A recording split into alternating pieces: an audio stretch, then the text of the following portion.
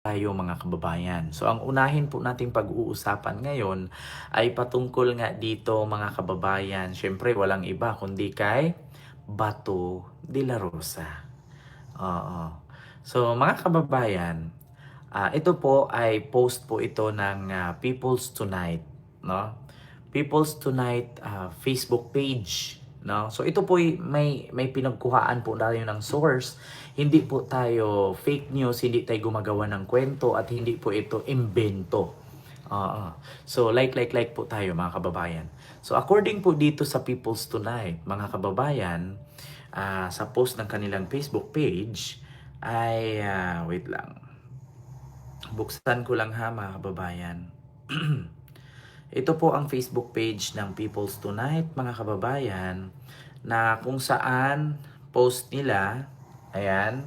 So ang nakalagay po dyan mga kababayan ay sa kaniyang Facebook post, ibinahagi ni De La Rosa or ni Bato de la Rosa ang isang larawan habang siya ay nasa The Hague. Malamig pa rin pala ngayon sa Europe. Sabi ni De La Rosa sa kanyang post. Samantalang si Digong ay nakasalukuyang nakapiit sa International Criminal Court or ICC Detention Facility sa The Hague, Netherlands at nakatakdang litisin sa kasong Crimes Against Humanity. So ngayon mga kababayan, ito nga. At totoo lang mga kababayan, si Bato po, sa mga nagtatanong po mga kababayan, ang para sa akin, no, hoy, ang para sa akin mga kababayan, ay Diyos mio Marimar.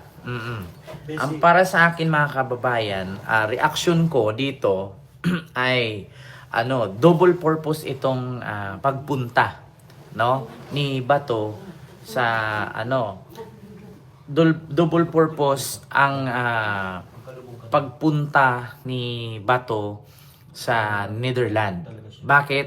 Kung naalala ninyo, si Harry Roque po ay wanted, no? Isa po siyang pugante sa Pilipinas na kung saan binabaan na po siya ng warrant of arrest at ipapakansila nga or pinapakansila na nga itong pasaporte ni Harry Roque. So ano nga bang ginawa ni Harry Roque sa The Hague? Yun po ay nag-seek asylum or kung saan nag-a-apply ng asylum para tumakas sa Pilipinas at takasan ang kanyang kaso. So ngayon mga kababayan, bilang ako, vlogger, reactor, nagbibigay po ako ng opinion. Alam niyo po ba ang ginawa ni Bato ngayon sa Netherlands, double purpose yan. Either pupunta siya doon, bibisita kay Digong, or either gagawin niya yung scapegoat. Dalawa lang yan. Bakit? May possibility na itong si Bato de la Rosa ay mag-a-apply din sa Netherlands ng asylum. Dalawa lang yan. Hindi ako nag-imbento ng kwento, which is opinion ko yan. Kasi bakit? Kung ikaw pa iisipin at i-realize mong mabuti, sa tinatagal-tagal ng panahon, bakit si Bato kung saan nanalo at 'di ba, mag-uumpisa na ang kanyang pag-duty sa June, ay pupunta siya doon. Pwede naman na umupo muna bago pumunta. 'Di ba? So dalawa lang ang purpose. Ako reaction ko to in my point of view. Hindi ko kayo ini-encourage na maniwala sa akin. 'Di ba? Hindi ko kayo sinasabihan na maniwala kayo. 'Di ba? Pero dalawang purpose lang 'yan. Either yung pagpunta niya sa The Hague, 'yan yung rason na tataka siya. Bakit? May possibility na pwede siyang mag-apply ng asylum doon. Yun mga kababayan. Kasi alam nyo naman na ang Netherlands, pwede kang mag-apply ng asylum at doon ka na maninirahan. Diba? Ganun lang naman, pwede niyang gamitin yung kanyang kaso at pwede siyang mag-file doon ng asylum at gagamitin niya na ipapahuli nga siya sa ICC sa kasalanan na pwede naman niyang irason na nadadawit lang siya kasi sumunod lang siya sa utos ni Digong noon. Diba? Dalawa lang ang rason mga kababayan, either tataka siya or mag-apply ng asylum sa Netherlands. Kung uuwi siya, good. Kung hindi siya uuwi, alam nyo na. Diba? Alam mo, Rodolfo, wala akong pakialam sa'yo kung anong iisipin ko. Iisip mo yan, isip ko to, kanya-kanya tayo. Diba? At totoo lang mga kababayan, ang sabi nga ni Bato, nasa Pilipinas na daw ang mga ICC prosecutor. 'Di ba? So, dalawa lang naman ang pagpipilian niya. Tatakas siya sa Pilipinas or gagamitin niya, 'di ba? Gagamitin niya na scapegoat at mag-file siya ng asylum sa Netherlands. Which is, ganun ang ginawa ni Harry Roque. 'Di ba? Actually, totoo po na si Bato ay nasa Netherlands kasi nakapag-post po siya na nasa Europe or either nasa Macau siya. Kasi ang style ng Netherlands at Macau ay halos pareho. 'Di ba? Pero makita naman po natin dito ang tawag dito, yung sasakyan na nagpicture itong si Bato de la Rosa ay malapit po siya sa sasakyan ng pulis. Ayan po mga kababayan. So, andito pa nga sa pangalawang post ng People's Tonight, mga kababayan, ay ito. Si Senator Bato nasa dahig para bisitahin si Digong. Nasa dahig para bisitahin si Digong. Nakarating na si Senator-elect Ronald Bato de la Rosa sa dahig Netherlands ngayong Sabado, May 24 upang bisitahin si dating Pangulong Rodrigo Duterte. Sa kanyang Facebook post, ibinahagi ni Bato de la Rosa ang isang larawan habang siya ay nasa dahig. Malamig pa rin pala ngayon sa Europe caption ng post ni De La Rosa. So, ayun mga kababayan, wala po siya sa Pilipinas. Siya po ay nasa dahig. So, actually mga kababayan, para sa akin, dalawa lang naman to. Tatakas siya, hindi naman siya po pwedeng susuko doon kasi wala pa naman siyang warrant of arrest. Ngayon, so habang hindi pa binababa ang kanyang warrant of arrest, may possibility na pwede siyang mag-apply doon ng asylum. Di ba? Oo. Yun ang totoo mga kababayan. May possibility na pwede siyang mag-apply doon ng asylum.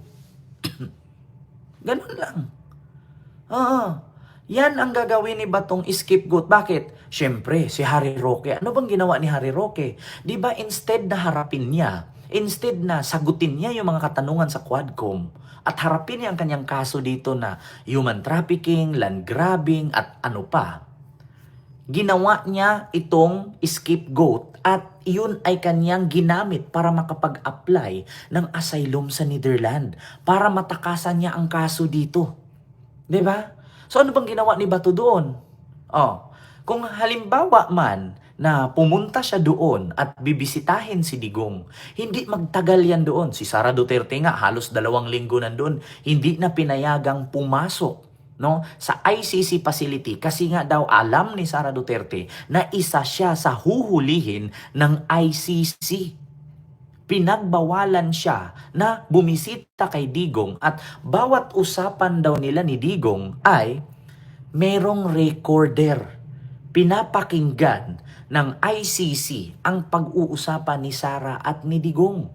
At which is sinabi din niya ni Sara na noon ko pa alam na ako ay isa sa kasali sa huhulihin ng ICC kasi pinagbawalan nila akong pumunta. So ngayon, alam ni Bato sa sarili niya, inalam niya siguro muna kung talagang papayagan siyang pumasok at papayagan siya ng ilang araw na pumasok, ibig sabihin wala pa siyang warrant. So ngayon, pag napunta na siya doon at nakapasok siya, means to say, ang warrant niya hindi pa gumagalaw. So ngayon kapag babaan na siya ng warrant, at least nandun na siya sa dahig or sa Netherlands, habang wala pa yung warrant, pwede siyang mag-file ng asylum. Yun ang katotohanan in my point of view. Di ba? Aanhin mo yung senador ka. Di ba? Aanhin mo yung senador ka. Ang pagiging senador mo sa Pilipinas ay hindi makakatulong yan kung meron ka ng warrant of arrest mula sa ICC. So dalawa lang yan. Either tatakas, mag-file ng asylum, or uuwi kasi bibisitahin lang si Digong. Ganun lang naman ang teknikan. Hindi malalaman ni Bato kung meron na siyang warrant of arrest kasi hindi naman na siya miyembro ng kapulisan. Pero dati siyang pulis, alam naman natin na meron siyang mga intelligence, meron siyang mga spy, meron siyang mga investigator na siya nga mismo nagsabi na nasa Pilipinas na daw ang ICC investigator para idiin siya at si Digong. So ngayon ang tanong mga kababayan, bakit siya pumunta ng dahig? So, inalam niya muna. So, once na nakalusot siya papuntang Netherlands, ibig sabihin wala pa siyang warrant of arrest. Ngayon, kung si Bato magtagal sa Netherlands, ibig sabihin, nagpa-file yan ng asylum. May possibility na ganun ang mangyayari. Opinion ko lang yun. Hindi ko kayo sinabing maniwala sa akin, pero yun lang ang aking opinion. Bakit? Mali ba ang may doubt? Mali ba ang magtanong? Hindi ba po pwedeng gagayahin ni Bato si Roque? Hindi ba po pwedeng mag-apply din ng asylum si Bato? Saan siya ngayon magpatulong? Malamang kay Roque. Hindi naman sila magkalaban ni Roque. At alam natin na nandun si Roque. Alam natin na nandun si Robin. Imposible naman na hindi nagkikita itong mga ito.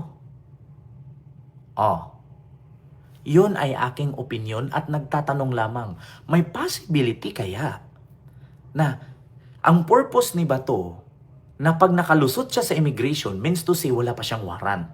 So, kapag nandun na siya sa Netherlands, means to say hindi pa siya huhulihin. Bakit? Kasi nakalusot siya ng immigration. So ngayon, kapag nalaman na niya na ilalabas na ang warrant of arrest laban sa kanya mula sa ICC, may possibility na mag-file siya ng asylum at hindi siya magpapahuli. Diba? Ganun yun, mga kababayan. Dalawa lang yun. Tatakas, nag-antay ng warrant, mag-file ng asylum para maiwasang makulong. Diba?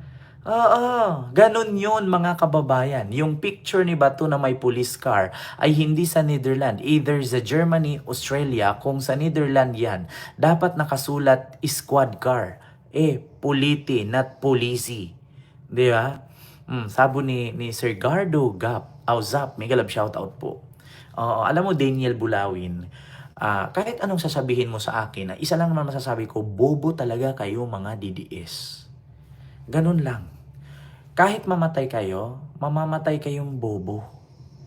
'Di ba? Biruin ninyo, si Bato na mismo. Alam niya sa sarili niya na wala pang warrant. Kasi kung may warrant yan, ihuhold yan ng immigration. Hindi siya palili pa rin. So means to say, hindi pa siya nababaan ng warrant, nakalusot na siya papuntang Europe. So ngayon, pag nandun na siya sa Europe, may possibility na gagamitin niya ang pagdating niya sa Europe at mag-file siya ng asylum. Na which is yun ang ginawa ni Harry Roque. Tatakas yan. Opinion ko lang yun ha. Hindi ko sinabi sa inyo maniwala kayo sa akin. So like po kayo dyan. Tita Ning, mega love shoutout po. So ngayon mga kababayan, tapos na tayo dyan kay Bato. May possibility na si Bato